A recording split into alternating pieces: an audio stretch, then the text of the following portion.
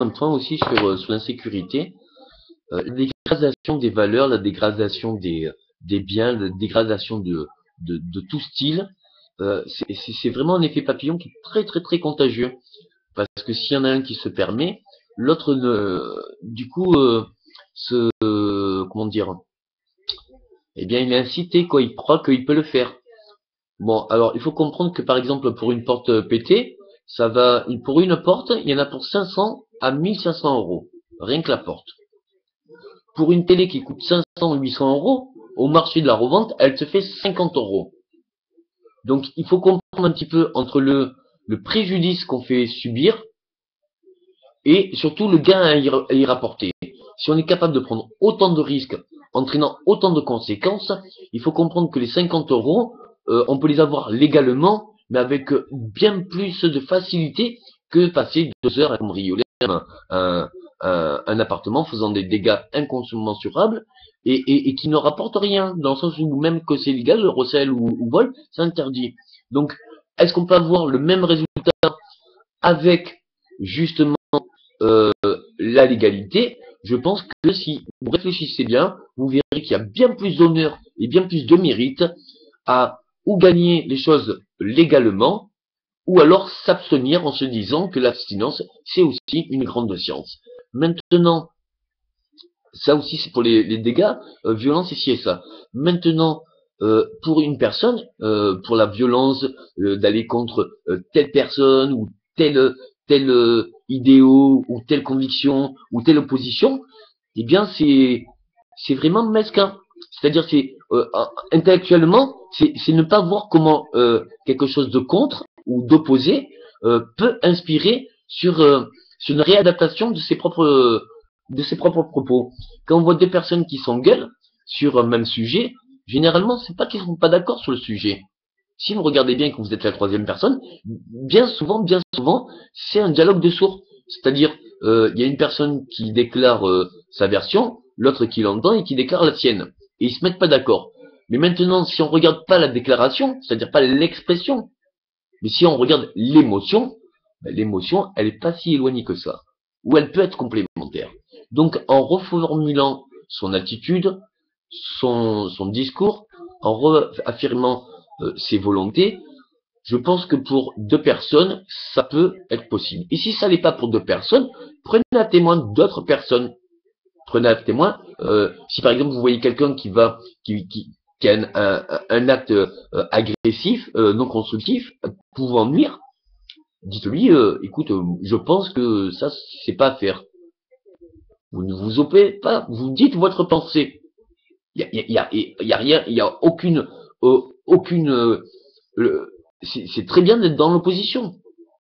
Maintenant, si la personne ne vous croit pas et qu'elle veut continuer, alors que vous savez très bien que c'est néfaste aussi bien pour elle que pour toute personne qui le voit, eh bien, proposez-lui. Écoute, si tu penses que tu as raison, le mieux c'est que tu demandes à d'autres personnes. Si tu veux pas croire ma raison, regarde tout le monde. Donc, il y a un moment donné, peut-être qu'il faut regarder comment adapter les nouvelles idées, comment adapter les nouvelles oppositions, comment adapter le tout pour centraliser sur quelque chose qui est bien plus compétent et bien plus objectif sur les besoins communs qu'on peut retrouver, échange de bons procédés. Essayons de convenir à tous. On ne peut pas faire plaisir à une minorité ou à une majorité en ayant conscience que oui, même si c'est une majorité, il y aura toujours une minorité qui va en souffrir. On ne peut pas faire ça. Donc il faut vraiment prendre conscience que oui, il y a des priorités, mais elles ont toutes une certaine intensité, et il faut faire du cas par cas et réajuster toujours le cas par cas. Donc tous les chemins à Rome, je pense qu'il est, par exemple, pour ce que j'avais dit des transports électriques autonomes, je pense que oui, effectivement, il est bien sage de voir, avant même de créer des nouveaux moteurs, des nouvelles méthodes, des nouvelles,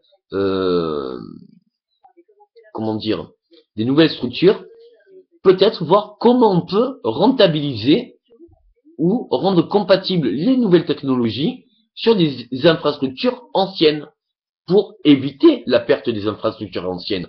Si on regarde les raffineries, tout ça, c'est ce qui se passe. Hein. On arrête la production de pétrole parce qu'on a trouvé les énergies libres. Il est bien compréhensif que avec des générateurs associatifs, on pourra toujours en rajouter, donc on peut carrément rayer les centrales. Parce que ça aussi, on en paye depuis longtemps les conséquences, mais voilà, on en payera longtemps. Et pourtant, voilà, il a intérêt de prendre conscience que oui, on peut aller loin. On a la médecine qui peut nous faire aller loin ici et ça, mais il faut que tout le monde prenne conscience que voilà, si on est dans l'inaction face à un danger ou face à une priorité nécessaire, même si c'est à long terme, on est obligé de voir à long terme. C'est-à-dire faire au plus urgent, mais pour le long terme. Et essayer de faire le plus objectif commun. Et moduler chaque fois pour que ça soit vraiment le plus réaliste et plus objectif, mais pour tous. Pour tous. Donc on peut le voir pour, j'avais dit pour les réadaptations de tout ce qui est utilisé en comment ça s'appelle par l'électricité, que ça soit le chauffage, tout ici ou ça. J'avais bien fait remarquer que oui, c'est un investissement, mais ça permet de voir que à un moment donné, c'est un investissement qui est, ça revient à 2-3 mois d'électricité, mais au bout de 2-3 mois, vous avez payé l'année. Et si vous faites pour que ça dure 1 an, 2 ans, 3 ans, 4 ans, 5 ans, 10 ans, ben du coup, vous pourrez même rajouter 50 ou 100 euros, parce que c'est un investissement sur 5 ans.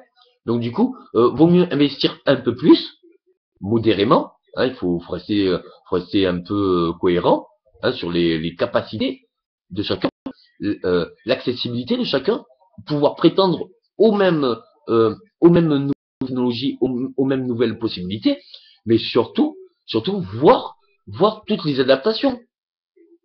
Et si maintenant vous mettez deux moteurs qui se génèrent et qui créent de l'électricité, bon, si le courant créé, vous le mettez dans une prise et que vous éteignez votre disjoncteur, vous récupérez tous les services électriques de la maison.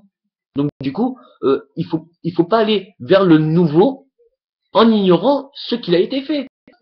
Et il faut pas faire de nouveau en ignorant que ce qui a été fait était fondamentalement mauvais. Si ça a été fait et que ça a été fait longtemps jusqu'à maintenant, c'est que même s'il y avait des conséquences, il y avait quand même des utilités ou une pratique ou une technique qui n'est pas jetée à la poubelle. On peut pas recréer tout le temps le monde. Mais il faut se servir des bonnes idées d'avant pour essayer de les réadapter dans quelque chose de mieux. Et si le mieux ne convient plus aux priorités ici et ça, alors réajuster. Mais ça est valable pour tout sujet. Merci.